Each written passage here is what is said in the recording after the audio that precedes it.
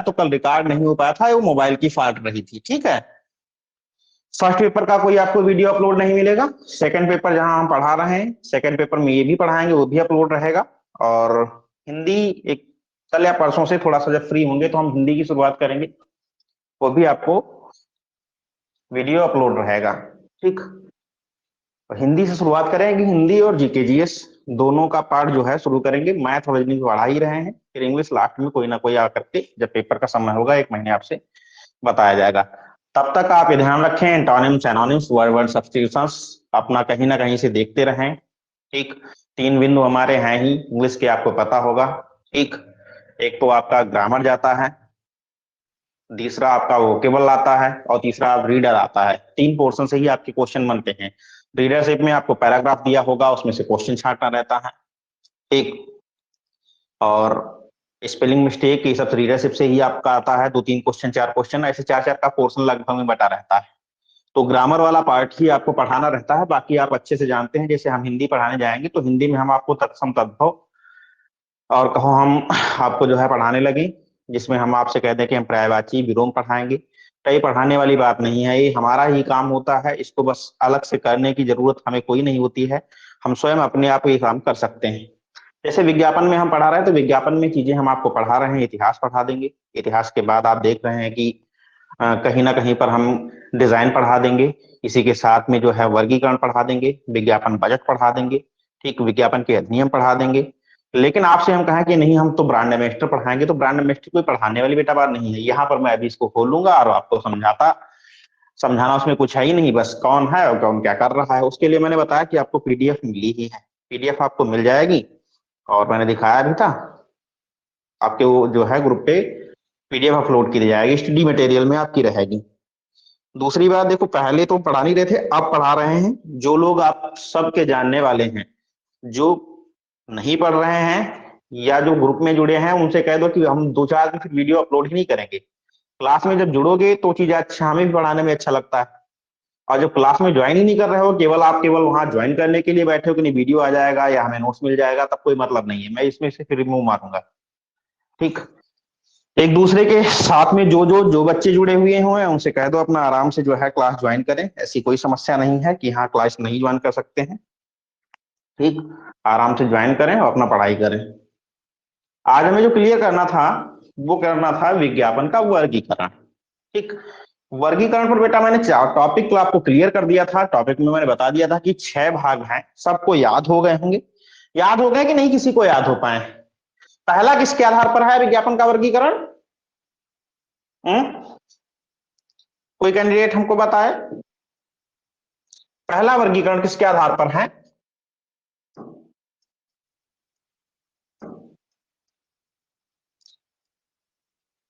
Tabassum? Yes sir. Sir कल वाली class miss हो गई थी।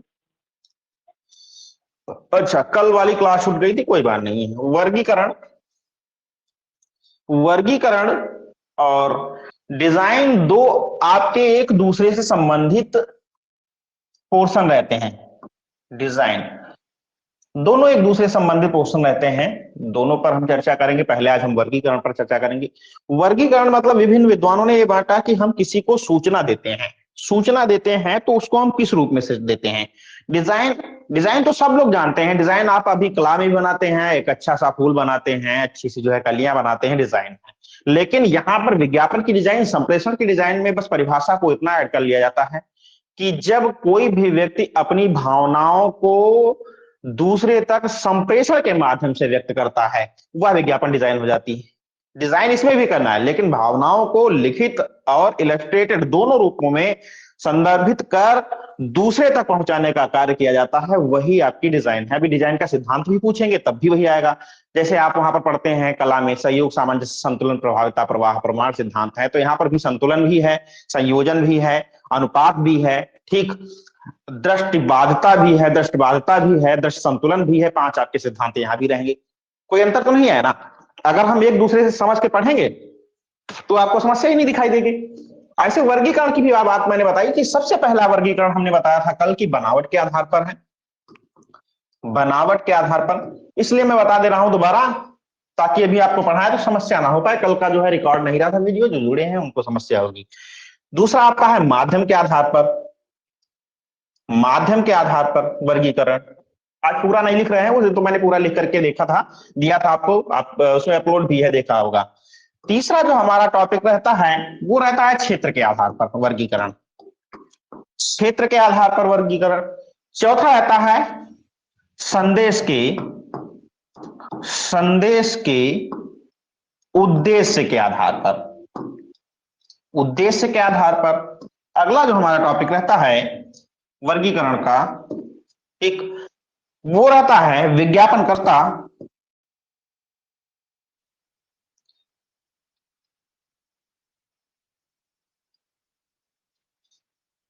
विज्ञापनकर्ता और उपभोक्ता के आधार पर, उपभोक्ता के आधार पर। और लास्ट मैंने आपको बताया था ये रहता है प्रस्तुतिकरण के आधार पर, प्रस्तुति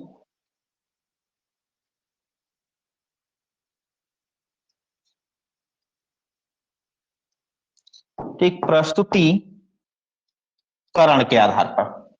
ये विज्ञापन का हमारा विभिन्न विद्वानों ने अलग अलग तरीके से वर्गीकरण किया है, जिसमें मैंने आपको बता दिया था। बनावट के भी 4 पार्ट बता दिए थे, कल चर्चा हमने कर दी थी। माध्यम के 8 पार्ट बता दिए थे। क्षेत्र के आधार पर आपको पता होगा 4 पार्ट हमने बताए थे। संदेश के उद्देश्य के आधार पर जो हमने आपको 8 पार्ट बताए थे, 8 पार्ट बताए थे। विज्ञापनकर्ता और उपभोक्ता के आधार पर हमने 4 पार्ट आपको बताए थे, और प्रस्तुतिकरण के आधार पर 3 बताए थे। क्लियर था सभी का? हमने कहा था बस अब इसी को हम चैप्टराइजेशन में बांटेंगे। ठीक, तो कल हम पूरा चर्चा कर चुके थे, आज हम वहीं से आपको पढ़ाना स्टार्ट कर रहे हैं। और देखिएगा छोटी छोटी चीजें हैं जो हमको याद करनी रहेंगी, उनको हम देख ले रहे हैं।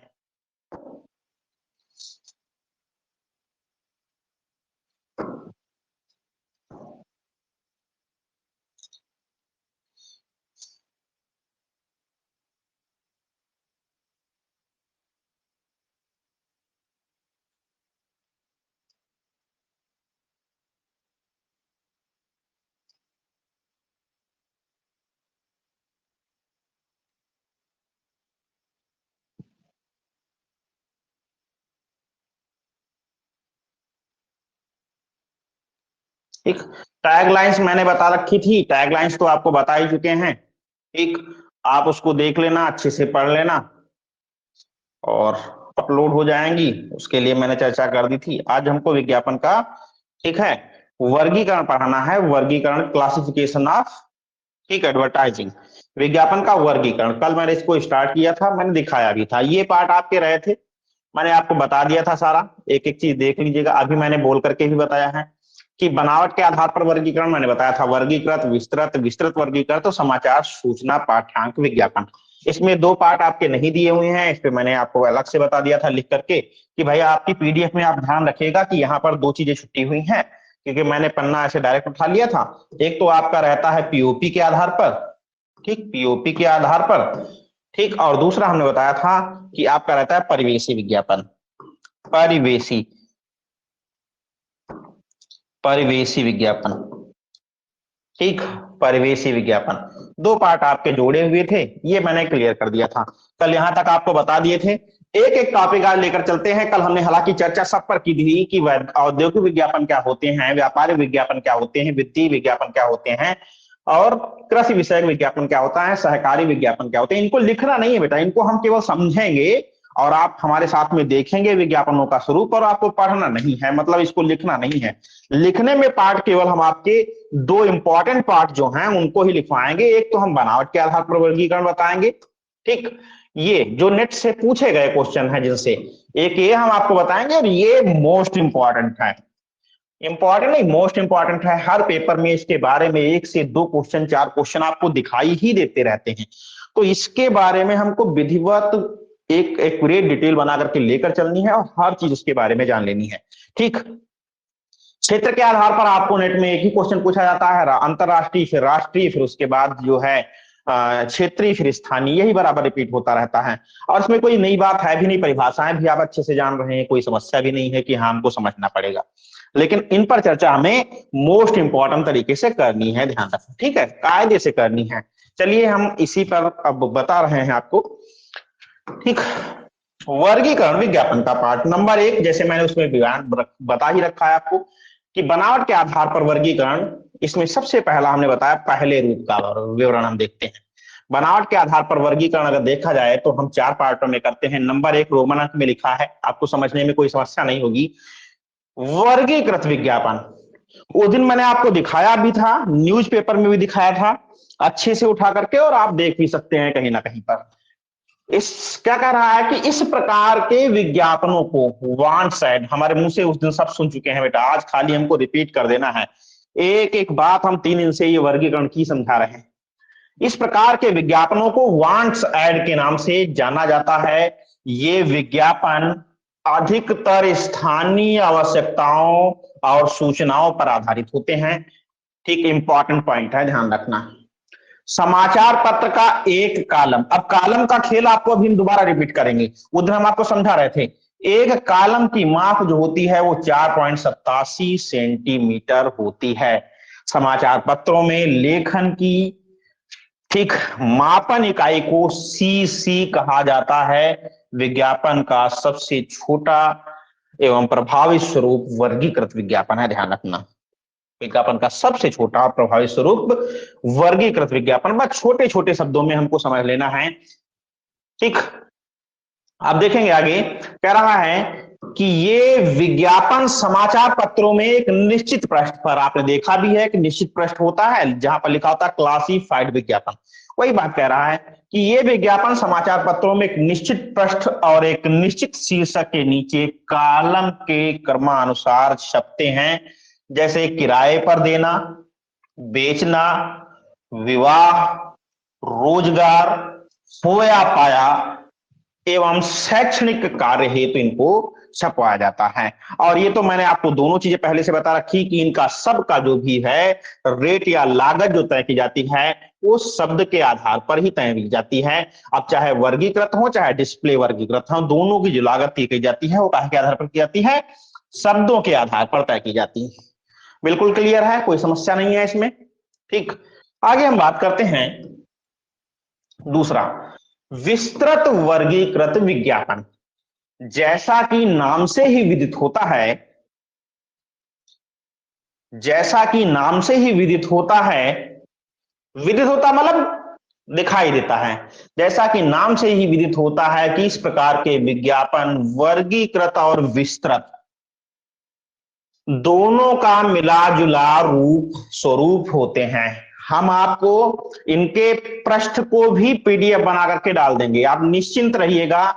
इसकी पीडीएफ में इसके पृष्ठ की विज्ञापन के अगली से आगे से जो मैंने पीडीएफ बनाई है वो मैंने एग्जांपल के तौर पर हर चीज को डाल रखा है, आपको कोई दिक्कत ही नहीं होगी। तो ये तो पीडीएफ आपकी ऐसी हुई है, लेकिन इसकी पीडीएफ में बना करके डाल दूंगा कि भाई ये वर्गीकृत वाले होते हैं, ये विस्तृत वर्गीकृत वाले होते हैं। न्यूज़पेपर से मैं बना करके फोटो डाल दूंगा, उनको पढ़ना नहीं होगा, बस देख लीजिएगा ताकि आपको समझ में आ जाए, मेरी बात भी लिखी समझ में आ जाए और कहीं ना कहीं पर जो चीजें हमारी हैं वो भी हमको स्पष्ट समझ में आ जा रहा है। तो इसके हम आपको विज्ञापन के कुछ जो है दे ही देंगे, मतलब पोस्टर्स वगैरह दे देंगे ताकि आपको समस्या ही ना क्रिएट हो कि भाई क्या होता है।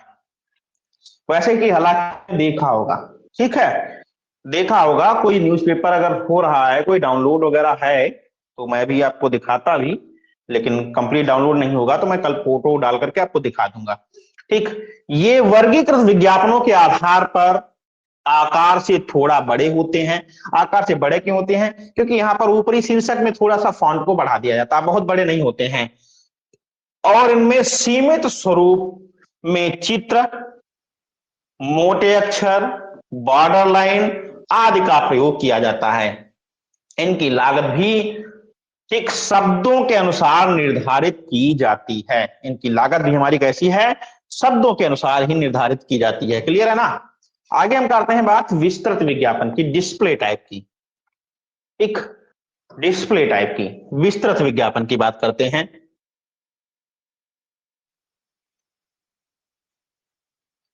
विस्तृत विज्ञापन या डिस्प्ले टाइप विज्ञापन, जैसा कि विस्तृत विज्ञापन से विदित होता है, ये श्रेष्ठ विज्ञापन माने जाते हैं।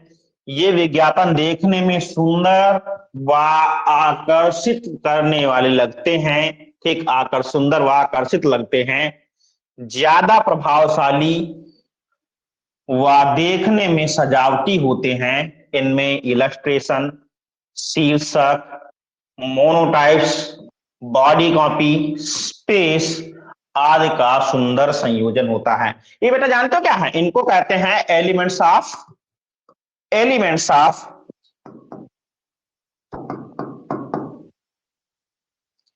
ठीक ऑफ एडवर्टाइजिंग, या हम कह सकते हैं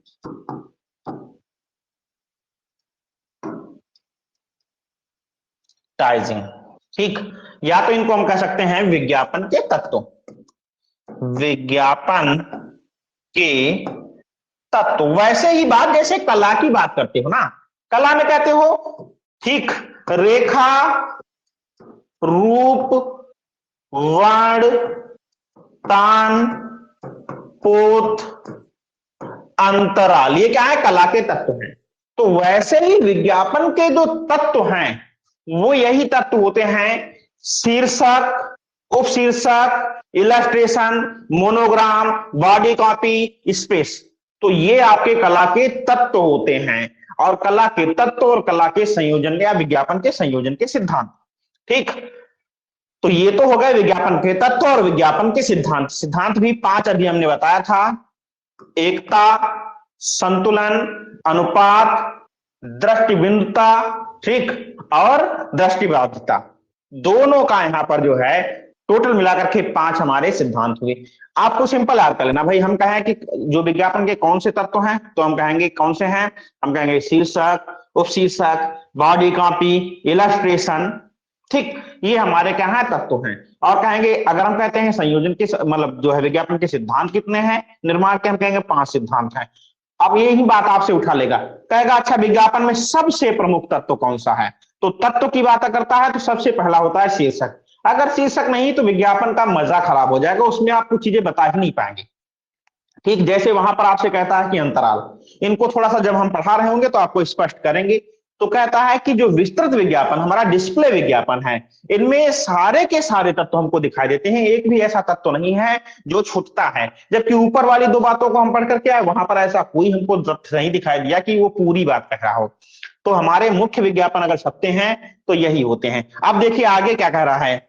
ठीक, आगे क्या बात कह रहा है? इसमें विज्ञापन क्रेता की इच्छा के अनुसार स्थान दिया जाता है। ऐसा नहीं है कि तुम्हारा एक निश्चित कॉलम है भाई और तुम अपने कॉलम में ही काम करोगे, कॉलम के अतिरिक्त आपको कोई स्थान ही नहीं दिया जाएगा।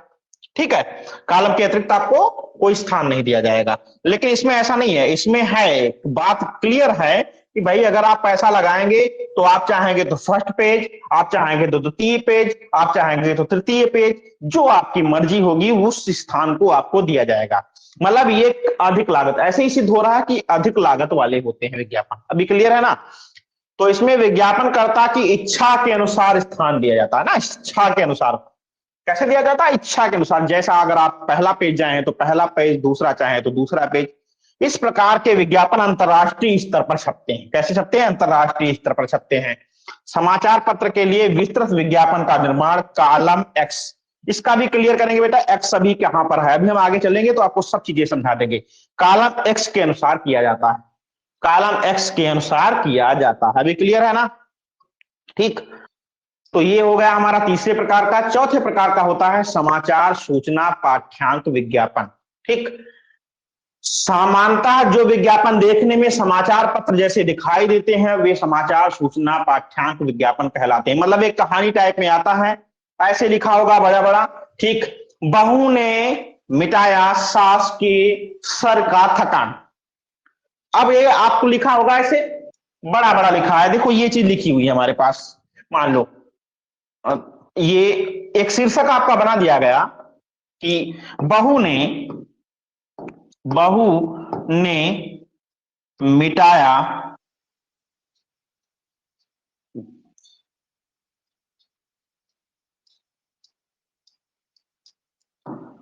एक सास के सर का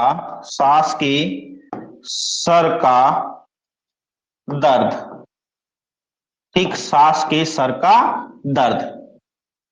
अब आपको ये लग रहा होगा कि भाई ये तो कोई कहानी टाइप में लग रहा है, लेकिन होगा क्या, ये कहानी नहीं है, जब आप इसको पढ़ेंगे तो अंदर ये हमको समझ में आएगा कि भाई ये तो नवरत्न तेल के बारे में कह रहा था। ठीक, ये तो नवरत्न तेल के बारे में कह रहा था। फिर उसके बाद बड़ी कहानी सी लिखी लिखी होगी लंबी चौड़ी की आशा ने ये किया फिर ये किया, अंत पे जो है जा करके और उन्होंने जो है सर पे ठंडा तेल लगाया, सबसे ठंडा तेल हमारा नवरत्न तेल था। तब हमको पता चलेगा अंत में कि ये तो नवरत्न का प्रचार था। ऐसे विज्ञापन दिखाएंगे भी हैं, छपते हैं, ऐसा नहीं सोचना कि सर जी ऐसे कह रहे हैं ना, छपेंगे, हम कल आपको विज्ञापन दिखाएंगे ऐसे। तो वो विज्ञापन जिनका शीर्षक कुछ इस तरीके से समाचार पत्र के डायलॉग में दिखा होता है, ये सारे के सारे विज्ञापन हमारे कैसे हो जाते हैं, समाचार सूचना पाठ्यांक विज्ञापन, जो देखने में कहानी लगते हैं और वो पढ़ने पे हमें पता चलता है कि ये भाई हमारे विज्ञापन जितने भी हैं ये समाचार सूचना पाठ्यांक विज्ञापन हैं। तो अब ये हमको क्लियर हो गया कि भाई हमारा मुख्यतः बनावट के आधार पर विज्ञापनों को 4 रूपों में बांट दिया गया। ठीक, छोटा पार्ट था, बहुत इंपॉर्टेंट पार्ट नहीं था। इंपॉर्टेंट पार्ट पर अब हम पहुंच रहे हैं। इसको हमें पढ़ाने में 2-3 दिन लग जाएगा, 2 दिन का 3 दिन का समय आपसे लेंगे क्योंकि समस्या है वो बहुत ज्यादा डीप है और बहुत ज्यादा पूछा जाने वाला पार्ट है, जो है हमारा जिसको हम कहते हैं माध्यम के आधार पर विज्ञापनों का वर्गीकरण। अभी क्लियर है ना? तो ये तो हमारा पहला हो गया, पहला रूप। सभी को इसमें कोई समस्या आई? बनावट के आधार पर विज्ञापन में किसी को कोई समस्या आई हो तो बताएं हमको। बनावट के आधार पर विज्ञापनों में किसी को कोई समस्या आई हो तो बताएं।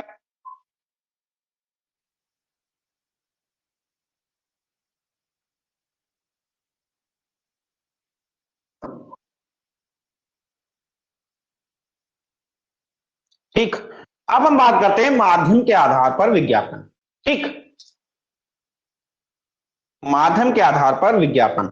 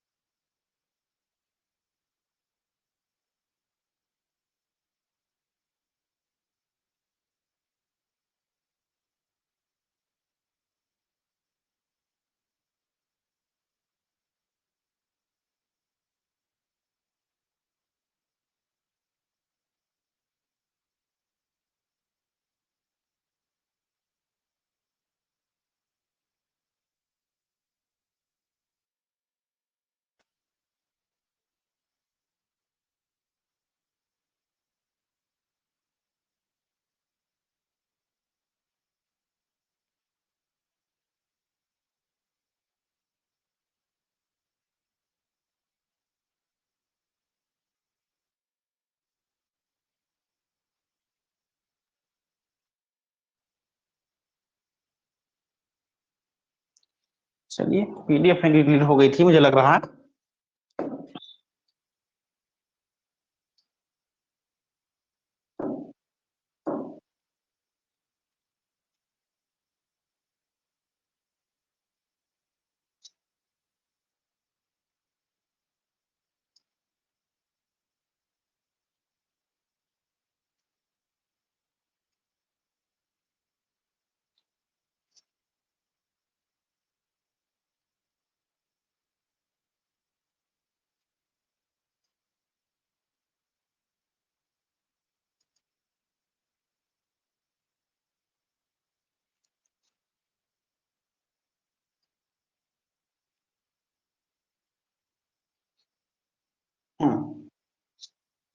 चलिए देखिएगा, जो हम बता रहे थे आपसे कि वर्गीकरण के आधार पर जो है हमारे क्लियर हो गए थे। अब हम बात करते हैं ठीक माध्यम के आधार पर वर्गीकरण। इंपॉर्टेंट टॉपिक है, बहुत सारे क्वेश्चन इसी से पूछे जाते हैं। ठीक, इसमें हम देखेंगे क्या कह रहा है कि प्रत्येक माध्यम की अपनी एक विशेषता होती है जो विज्ञापन संदेश को प्रभावी ढंग से लक्षित मतलब होता है लक्ष्य की तरफ, जहां पर उसको भेजना है वहां लक्षित उपभोक्ता तक पहुंचाने में सहयोग प्रदान करती है। माध्यम के आधार पर विज्ञापनों का वर्गीकरण निम्न प्रकार किया गया है। कल मैंने क्लियर बताया था कि भाई 8 प्रकार के होते हैं, वो सारी बात हम क्लियर कर चुके थे। आज हम बात करते हैं सबसे पहले मुद्रण का आधार लेकर के, मुद्रण माध्यम के आधार पर। ठीक, मुद्रण माध्यम के आधार पर इसकी अगर हम बात कर रहे हैं तो मुद्रण आधार पर मैंने बताया कि समाचार पत्र, पत्रिकाएं और येलो पेज विज्ञापन होते हैं, जहां पर मैंने वहां पर अभी भी दिखाया था आपको। दूसरा हमारा जो आधार है वो कौन सा है? इलेक्ट्रॉनिक माध्यम के आधार पर। इलेक्ट्रॉनिक माध्यम विज्ञापन क्या है? रेडियो और दूरदर्शन। ये पहले भी सब लोग याद कर लें, इसमें कोई कंफ्यूजन नहीं रहे कि भाई हमको ये चीज याद नहीं है या हम इसको हम कर नहीं सकते। एक क्वेश्चन तो आपका यहीं से बन जाता। इलेक्ट्रॉनिक माध्यम के आधार पर कौन सा है? रेडियो और दूरदर्शन।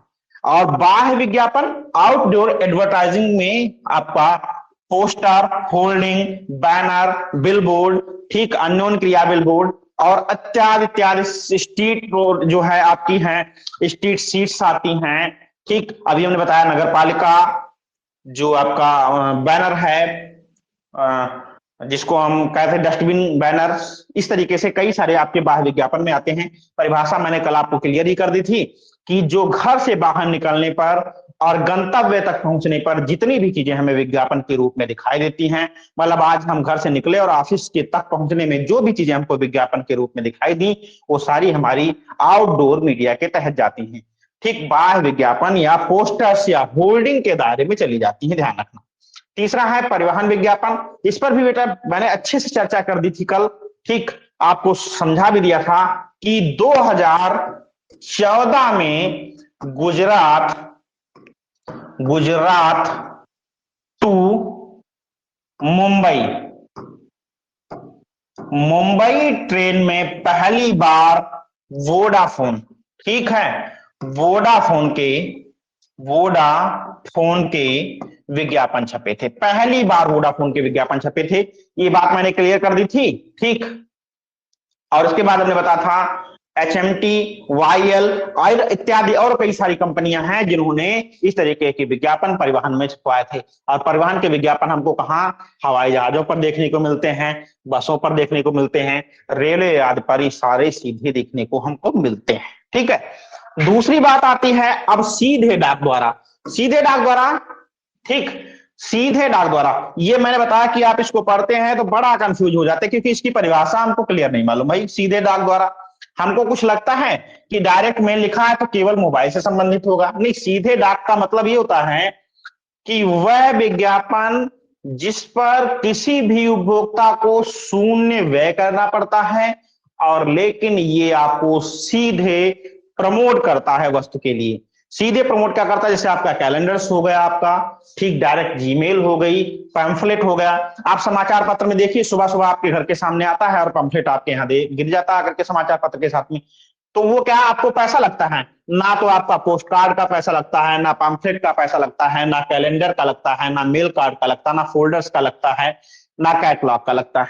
फोल्डर्स तो आप जानते होंगे, आपने देखा होगा कि घर में कहीं कहीं पर आपको छोटे छोटे से कैलेंडर दिए जाते हैं जो टेबल वगैरह पर रखे रहते हैं।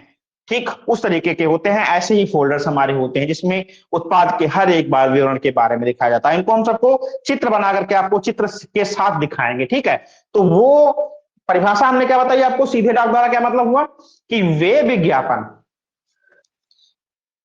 को व्यक्तिगत रूप में प्रभावित करते हैं। ठीक, व्यक्तिगत रूप में प्रभावित करते हैं। फोल्डर्स, कैलेंडर्स इत्यादि जो भी हमारे हैं वो सीधे डाक द्वारा विज्ञापन कहे जाते हैं। ठीक है, सीधे डाक द्वारा विज्ञापन कहे जाते हैं। ठीक, ये ध्यान रखना। डिजिटल डिजिटल एडवर्टाइजिंग तो आपको पता ही, digital advertising internet, social media, WhatsApp, इसकी लंबी चौड़ी लिस्ट हमारे पास है, खूब जानते हैं आप। ठीक, फेसबुक, ट्विटर, जितने भी हैं ये सारे के सारे सब सोशल मीडिया के दायरे में ही आते हैं। ये तो हमारे हो गए इस आधार पर। उसके बाद आपका आता है खरीद के उद्देश्य के आधार पर POP. POP, point of purchase. Point of purchase मतलब जो हमारे सेल्स को प्रभावित करते हो। ठीक, जो हमारे सेल्स को प्रभावित करते हो। ठीक, मतलब point of sales, point of point of point of sale, point of sale, sale को प्रभावित करने वाले सारे के सारे विज्ञापन। अब कहोगे सर ये पॉइंट ऑफ सेल क्या होता है, उसको क्या कहते हैं? अरे आप भाई सीधे मार्केट जाते हैं, मार्केट में देखते जाकर के हैं, कहता है 3000 का आप खरीदिए, 3000 का सामान खरीदिए और 2500 के कूपन लीजिए। ठीक, यह कहता है कि 4000 की खरीद पर आप 2 बेडशीट लीजिए।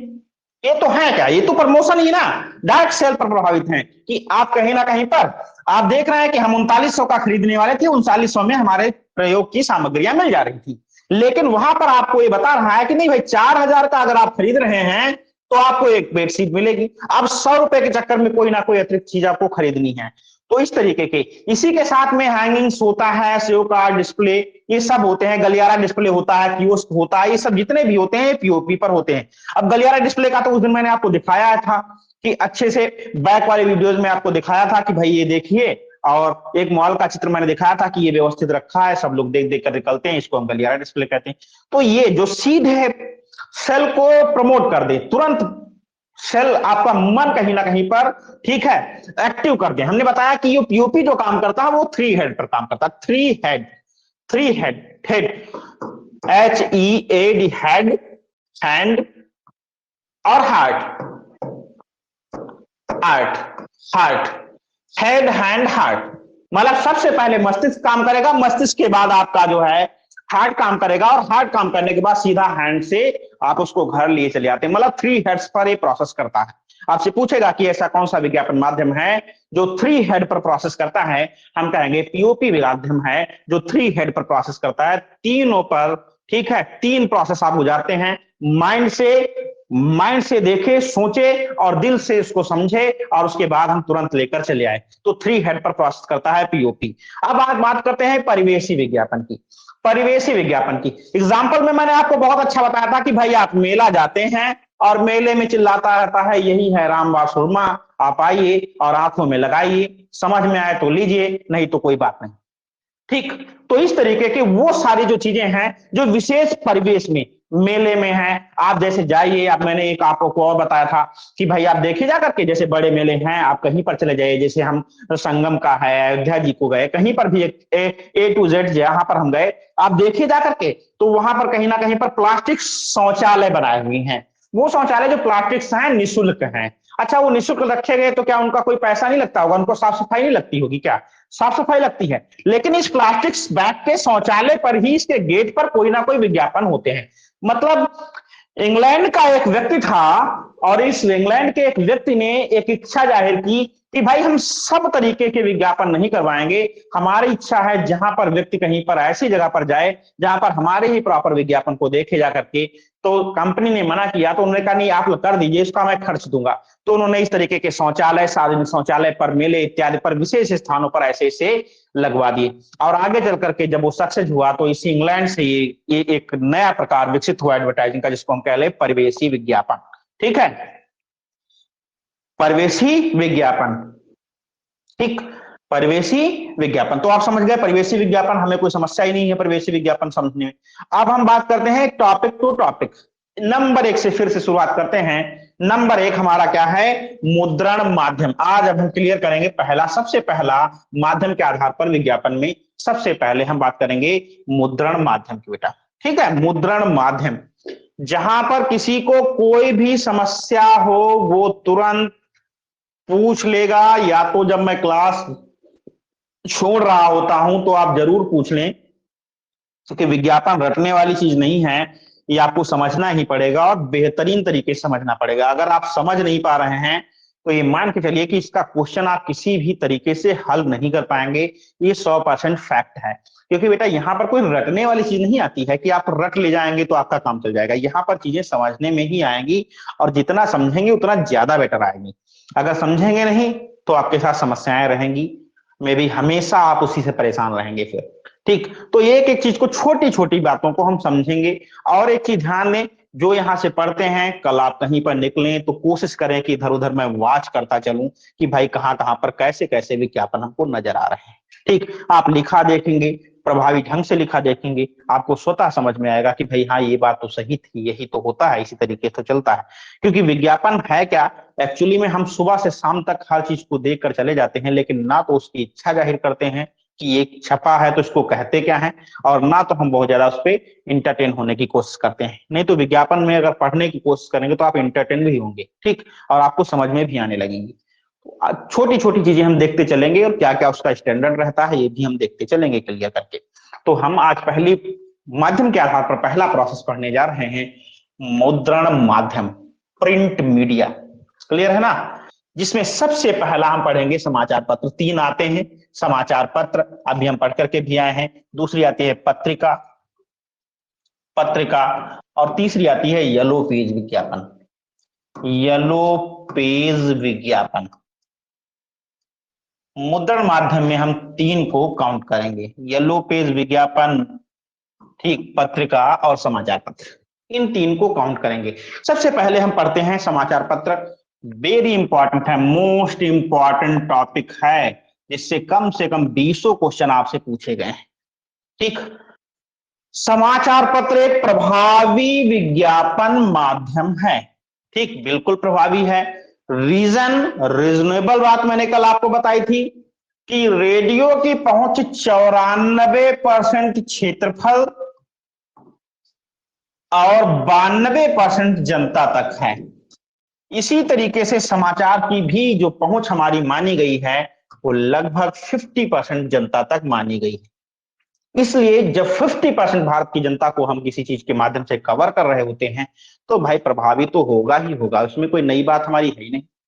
ठीक, ज्यादा लोग देखेंगे ज्यादा प्रभाव, कम लोग देखेंगे चाहे जितना अच्छा हो कम प्रभाव दिखेगा। ठीक, तो यही बात आपसे कह रहा है कि समाचार पत्र विभिन्न प्रकार के होते हैं और प्रभावी माध्यम भी है। ठीक, समाचार पत्र एक प्रभावी माध्यम है और ये विभिन्न प्रकार के होते हैं। जैसे आकार के आधार पर समाचार पत्र 2 प्रकार के होते हैं, दोनों को हम सही से समझ लेंगे।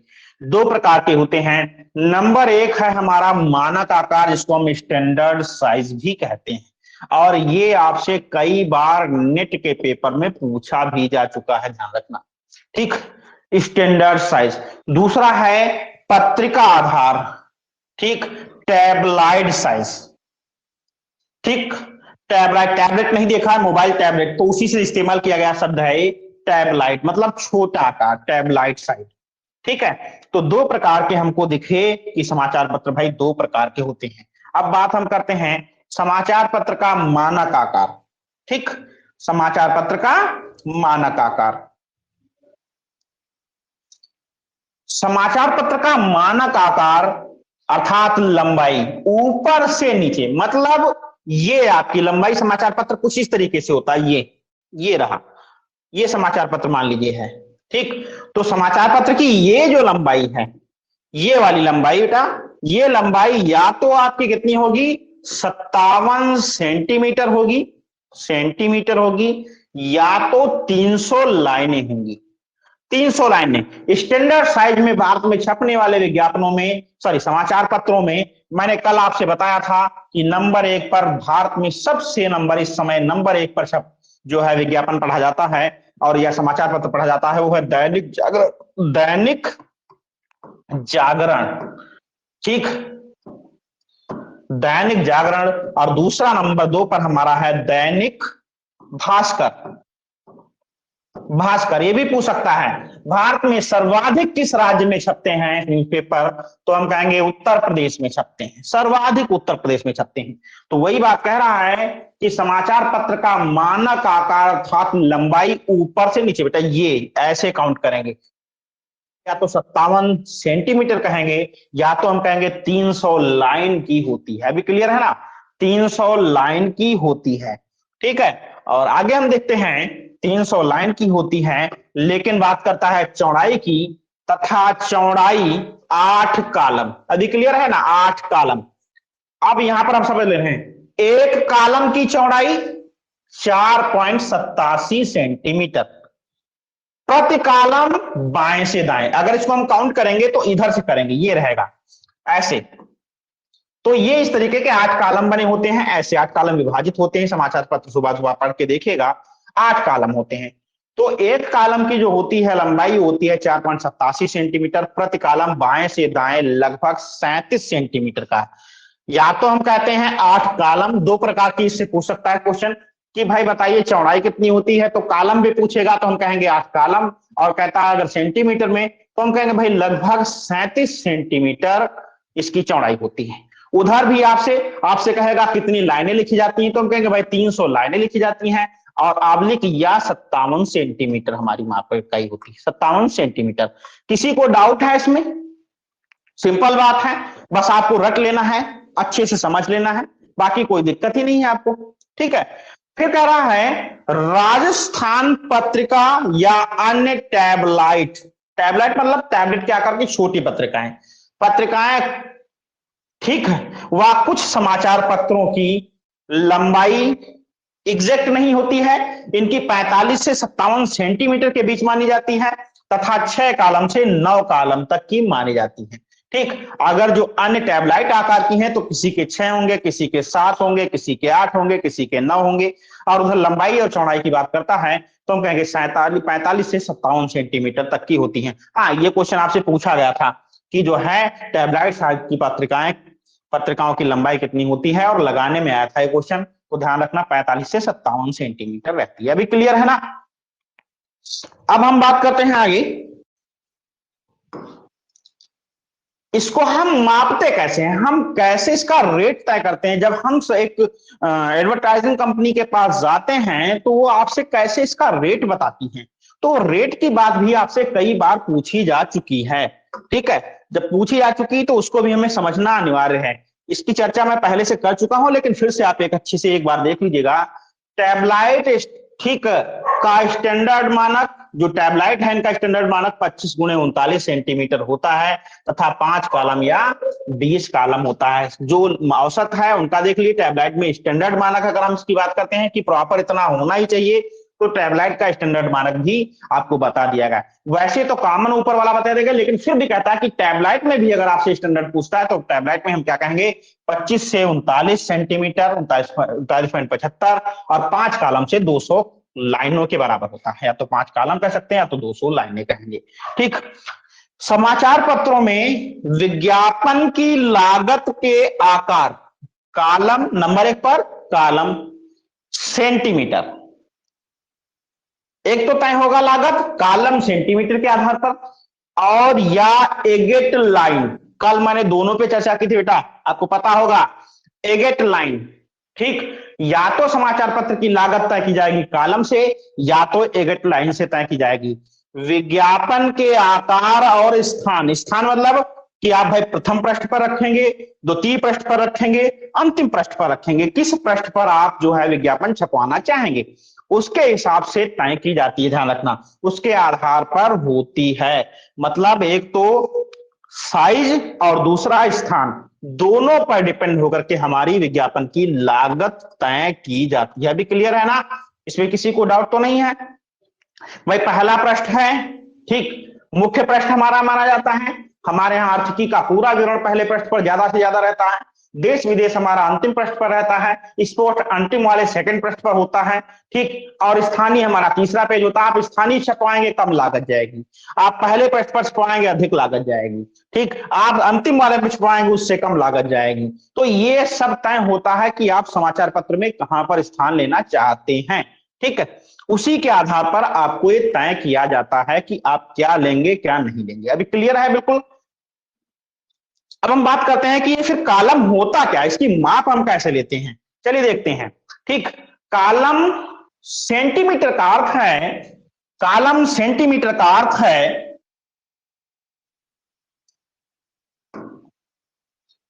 कॉलम सेंटीमीटर, कॉलम सेंटीमीटर का अर्थ है कॉलम गुणे सेंटीमीटर। अभी क्लियर है ना? कॉलम गुणे सेंटीमीटर। यदि किसी व्यक्ति को 100 सेंटीमीटर आकार लेना है, ठीक, हम कहे भाई समाचार पत्र पे हमको 100 सेंटीमीटर आकार चाहिए। उस एग्जांपल में देखिएगा, हम आपसे कहें कि भाई आपको दैनिक जागरण में छपवाना है, हाँ, आप कहेंगे कि भाई हमको दैनिक जागरण में अपनी सूचना देनी है, तो हम कहते हैं कि भाई हमको जो दैनिक जागरण में सूचना देनी है वो लगभग में इतना हो कि वो 100 सेंटीमीटर समाचार पत्र में दिखाई दे। तो फिर हम आपसे बताएंगे कि 100 सेंटीमीटर आप 2 तरीके से ले सकते हैं, 3 तरीके से ले सकते हैं, उसका साइज आप देख लीजिएगा।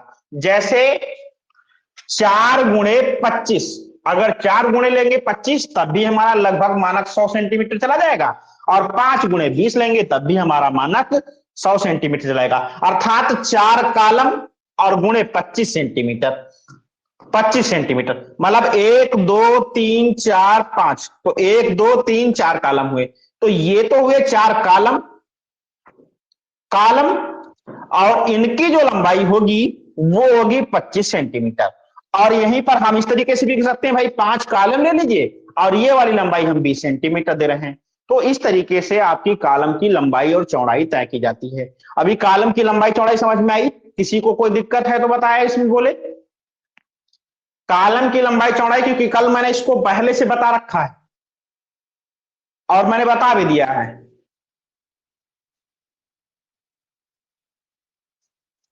किसी को समस्या है?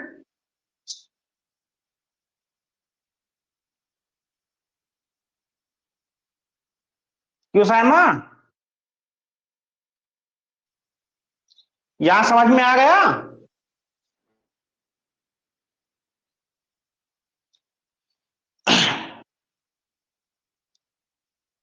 चलिए आगे देखते हैं हम कि एगेट लाइन क्या होती है। एगेट, ये ध्यान, एगेट है, टा है बेटा, रा नहीं है। एगेट लाइन, एगेट लाइन का अर्थ है, एगेट लाइन का अर्थ है 1 इंच, 1 इंच में 14 लाइनें ऊपर से नीचे और 1 कॉलम।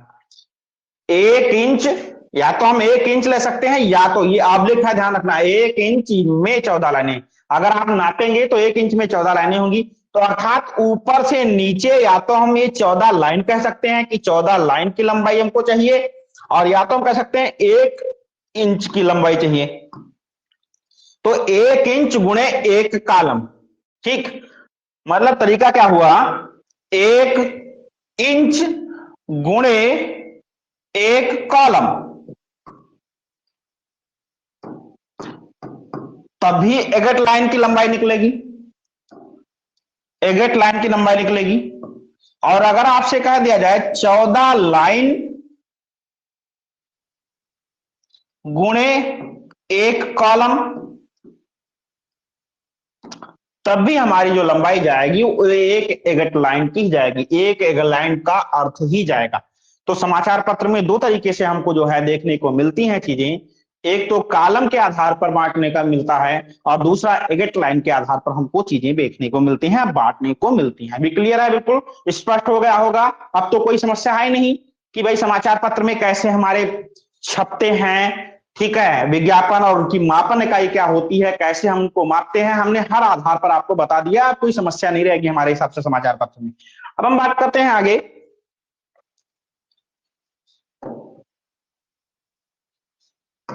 ठीक, नोट में वर्ष 2010 तक समाचार पत्र विज्ञापन सर्वश्रेष्ठ माध्यम था। ये पत्र है बेटा, थोड़ा बहुत मिस्टेक हो जाती है कभी कभार करने में, ये पत्र है, ठीक। Hello sir, hello sir, voice और हाँ, वीडियो नहीं क्लियर है आपका, वीडियो स्टॉप हो गया है, वॉइस नहीं क्लियर आ रही है सर।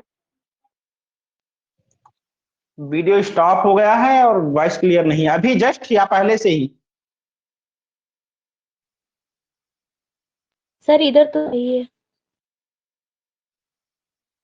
अच्छा, आ रही है, तो फिर आपके यहाँ नेटवर्क की समस्या होगी या तो आपका डाटा खत्म हो चुका होगा। बेटा सभी में तो समस्या है क्या ये? जी नहीं सर। नहीं, सही है। हाँ तो फिर तबस्सुम आपका बेटा डाटा जो है खत्म हो गया होगा मोबाइल का, इसलिए समस्या हो रही होगी। चलिए थोड़ा सा और देख लीजिएगा, उसके बाद फिर अब कल बताया जाएगा, कोई समस्या नहीं, थोड़ी 10 मिनट और देखेंगे हम बस इस टॉपिक को। एक वर्ष 2010 तक, ये वर्ष 2010 तक समाचार पत्र विज्ञापन सर्वश्रेष्ठ माध्यम रहा था। भारत में सर्वाधिक समाचार पत्र उत्तर प्रदेश, क्वेश्चन पूछा गया है, ध्यान रखना ये, भारत में सर्वाधिक समाचार पत्र हमारे उत्तर प्रदेश में छपते हैं। विश्व में दैनिक समाचार पत्रों का लगभग 20%, अगर हम पूरे विश्व की बात करते हैं अर्थात 206 देशों को भी मिला ले रहे हैं, तो उन सब में भी लगभग 20% भारत में छपते हैं। अगर 100% में आकलन किया जाएगा तो भारत में लगभग 20% पत्र पत्रिकाएं हमारे यहाँ छपती हैं, इसलिए सर्वश्रेष्ठ माध्यम है। 2019 की IRS मतलब इंडियन रीडरशिप सर्वे, IRS रिपोर्ट का फुल फॉर्म हुआ इंडियन रीडरशिप सर्वे। 2019 की IRS रिपोर्ट अर्थात इंडियन रीडरशिप सर्वे के विवरण पर आधारित रिपोर्ट के अनुसार दैनिक जागरण हिंदी नंबर 1 पर है। कल मैंने इसको आपको पहले से लिख करके बता दिया था कि दैनिक जागरण जो है भारत में सबसे ज्यादा पढ़ा जाने वाला समाचार पत्र है।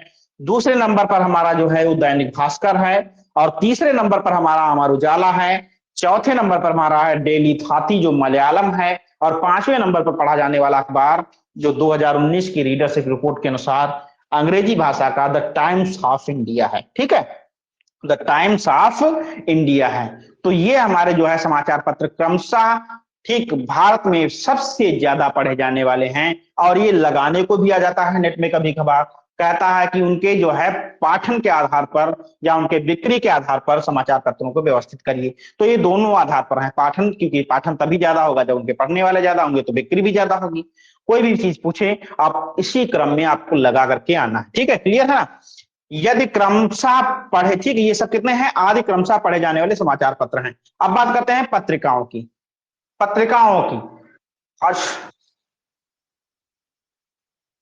वॉइस अगर क्लियर हो तो मैं पढ़ा दूं अभी आगे, इसको मैं इस टॉपिक को समाप्त कर दूं।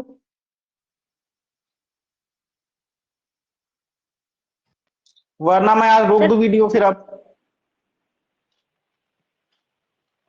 क्लियर है ना? जी सर, क्लियर है। ठीक है, तो थोड़ा हाँ फिर आप इसको पूरा कर लें, मुद्रण आधार पूरा कर लें, ताकि समय थोड़ा सा हम जो है थोड़ा समय के आधार पर ही पढ़ाएं, ताकि आप जल्दी से पढ़ भी सके, क्योंकि बहुत ज्यादा टॉपिक भी है हमारे। ठीक, विज्ञापन के बाद छापा भी पढ़ाना है, इंडियन है, और जो हमारा जो है आधुनिक भी है। दोनों चीज, चारों चीजें हमको पढ़ानी, तो दिक्कत करेगा फिर समय, थोड़ा सा फास्ट पढ़ेंगे। बात करते हैं पत्रिकाओं की। विज्ञापन के लिए मुद्रण माध्यम में पत्रिका एक आदर्श माध्यम है। पत्रिकाएं विभिन्न प्रकार की होती, वैसे ही बेटा जैसे मैंने पहले से आपको समाचार पत्र बांटा है, वैसे ही विभिन्न विद्वानों ने 2 प्रकार की पत्रिकाएं भी बांटी हैं। एक तो हमारा मानक स्टैंडर्ड हो जाएगा, जो लगभग में सभी पत्रिकाओं का मानक स्टैंडर्ड होता है उसके अनुसार, और दूसरा होता है टैबलाइट। टैबलाइट मैंने अभी बताया ही था कि टैबलाइट मतलब छोटे आकार की, लेकिन मानक स्टैंडर्ड की पत्रिकाओं की हम बात करेंगे, ज्यादा टैबलाइट वाले पर हम चर्चा नहीं करेंगे। ठीक, टैबलाइट वाले का कोई आकार नहीं होता है, इसलिए उन पर हम चर्चा ही नहीं करेंगे। मानक आकार की पत्रिकाएं, जो स्टैंडर्ड साइज की पत्रिकाएं होती हैं, वो 8x10 इंच की होती हैं। 8x10 इंच की होती हैं। देश में सर्वाधिक बिकने वाली पत्र पत्रिकाएं जो हमारी हैं वो क्रमशः हैं, ठीक, वनिथा मलयालम सबसे ज्यादा बिकने वाली है। कौन सी? वनिथा, पत्रिका का नाम है वनिथा मलयालम। और दूसरी जो आप बराबर लेकर के आते हैं, हम देखते भी हैं, प्रतियोगिता दर्पण। हम लोग तैयारी करते समय सबसे ज्यादा पढ़ते हैं प्रतियोगिता दर्पण। तो प्रतियोगिता दर्पण हमारी देश की दूसरी पत्रिका है जो हिंदी भाषा की है, सबसे ज्यादा पढ़ी जाती है। और तीसरी पत्रिका हमारी जो है वो है इंडिया टुडे, जो अंग्रेजी भाषा की प्रमुख पत्रिका मानी जाती है। ठीक है, अंग्रेजी भाषा की प्रमुख पत्रिका हमारी कौन सी है? India today. क्लियर है ना? India today. अब हम बात करते हैं अंतिम, बस लास्ट हमारा टॉपिक रहेगा, इसको हम क्लियर कर ले रहे हैं, और फिर उसके बाद हम कल आपको नया टॉपिक पढ़ाएंगे, जिसमें हम आपको पढ़ाएंगे, ठीक, बाह्य विज्ञापन, आउटडोर मीडिया। सेकेंड टॉपिक आपका वहां से जो पढ़ करके चले आ रहे हैं, कल हम आपको बाह्य विज्ञापन पढ़ा देंगे, और कल हम थोड़ा देर तक पढ़ाएंगे ठीक। और कल चूंकि हमें परीक्षा में जाना नहीं है तो थके भी नहीं होंगे उतना, तो हम कल थोड़ा लेट तक पढ़ाएंगे। और दूसरा टॉपिक आपको हम क्लियर करेंगे पीओपी, पॉइंट ऑफ परचेज। दो टॉपिक आपको कल क्लियर करेंगे, दोनों बहुत वेरी इंपॉर्टेंट टॉपिक हैं और बहुत अच्छे हैं। ठीक है। येलो पेज विज्ञापन, स्थानीय क्षेत्रीय व्यवसाय। ठीक। स्थानीय एवं क्षेत्रीय व्यवसाय एवं सेवाओं संबंधित जानकारी। इतना लंबा पढ़ने की जरूरत नहीं है। आप जाइए कल गवर्नमेंट हॉस्पिटल, डिस्ट्रिक्ट हॉस्पिटल, चाहे यहां वाला तो खैर टूट रहा है, आप चले जाइएगा। और जो आपका टहलने कभी जाइएगा तो देखिएगा जाकर के, जो हमारा इस समय वेल में बना हुआ है, उसमें पीले रंग की एक ऐसे ऐसी बनी होती है, ये जो कह सकते हैं आप इस तरीके से पट्टी टाइप में बना लेते हैं पीले रंग की, ये रहती है ऐसे, और जिसपे हेल्पलाइन नंबर, महिला हेल्पलाइन नंबर, फलाना हेल्पलाइन नंबर, ठीक, ये हेल्पलाइन नंबर, डॉक्टरों का हेल्पलाइन नंबर, इस तरीके से हेल्पलाइन नंबर लगे होते हैं। ये जो पीली वाली पट्टी जिसपे हम हेल्पलाइन नंबर पाते हैं, इन्हीं को कहते हैं येलो पेज विज्ञापन। ज्यादा समझने की जरूरत है नहीं, आप देख लीजिएगा जाकर के। वही बात यहाँ पर कह रहा है कि स्थानीय एवं क्षेत्रीय व्यवसाय एवं सेवाओं संबंधित। व्यवसाय की होंगी तो व्यवसाय, सेवाओं संबंधित मैंने बताया। अभी सेवाएं क्या होती हैं, जैसे अव्यापारिक विज्ञापन। भाई ठंड से लग रही है और ठंडक ज्यादा आ गई, तो आप देखेंगे कहीं कहीं पर अनाउंस करते हैं कि फलानी संस्था के द्वारा कंबल वितरण किया जा रहा है, और आवश्यकता के अनुसार आप लोग एकत्रित होकर के कंबल को प्राप्त करें। या फ्लड वगैरह में गवर्नमेंट भी ऐसा काम कराती है कि बाढ़ होने के कारण आपको राशन और खाने की पर्याप्त सुविधा गवर्नमेंट की सेवाओं के आधार पर दी जाती है। तो उनसे कोई मतलब तो होता नहीं भाई, वो कोई व्यापारिक तो है नहीं, वो तो आपको सुविधा देने आए हैं। तो जो सुविधा देने आते हैं उनको कहते हैं अव्यापारिक विज्ञापन।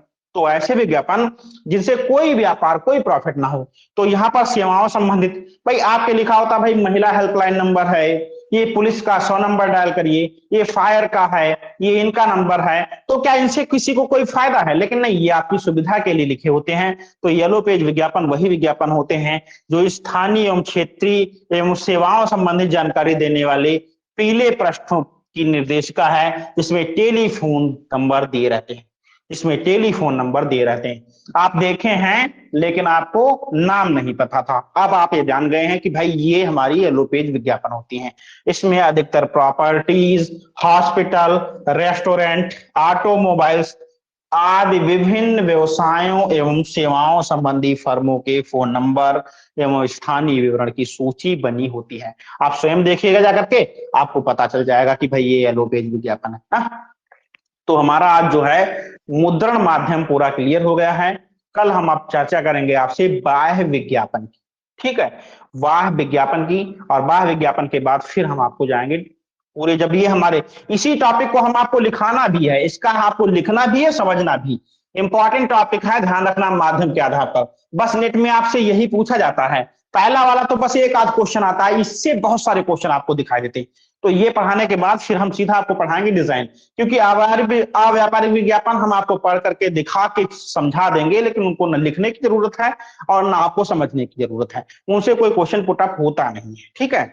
अब परिवेशी विज्ञापन, इसके हमको 8 टॉपिक पढ़ाने हैं, इसमें एक बारी बारी एक एक पढ़ते चले जाएंगे। हमने आज पढ़ा मुद्रण माध्यम, कल हम आपको पढ़ाएंगे बाह्य विज्ञापन, और उसी के साथ चाहे हम पढ़ाएंगे पीओपी, और या तो हम उसी के साथ टॉपिक आपका ऐड कर लेंगे। ठीक, डायरेक्ट मेल, 2 टॉपिकों में से कोई भी पढ़ा सकते हैं। ठीक, 3 टॉपिक हैं, 3 में से कोई 2 पढ़ाएंगे, चाहे हम आपको डायरेक्ट मेल पढ़ाएंगे और चाहे फिर आपका पढ़ाएंगे बाह्य विज्ञापन। ठीक, और उसके साथ में पीओपी, पॉइंट ऑफ परचेज पर व्यय। 8 याद कर लेना। ठीक, ऐसा ना हो आज का पूरा वीडियो दोबारा रिपीट करना। हम कल आपसे पूछेंगे कि मुद्रण के माध्यम के आधार पर विज्ञापन को कितने भागों में बांटा गया। सब 8 के 8 कल हमको क्लियर बताएंगे कि कौन कौन से पार्ट हैं। ठीक है, किसी को कुछ पूछना है तो पूछ सकता है।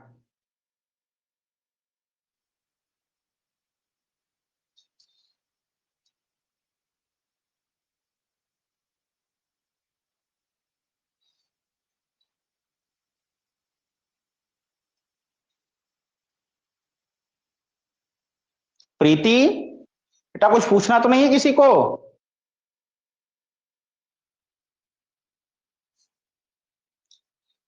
चलिए फिर ठीक है। हाँ नहीं। ठीक है बेटा, फिर ठीक है। ठीक ठीक है फिर। नमस्ते सर। नमस्ते नमस्ते।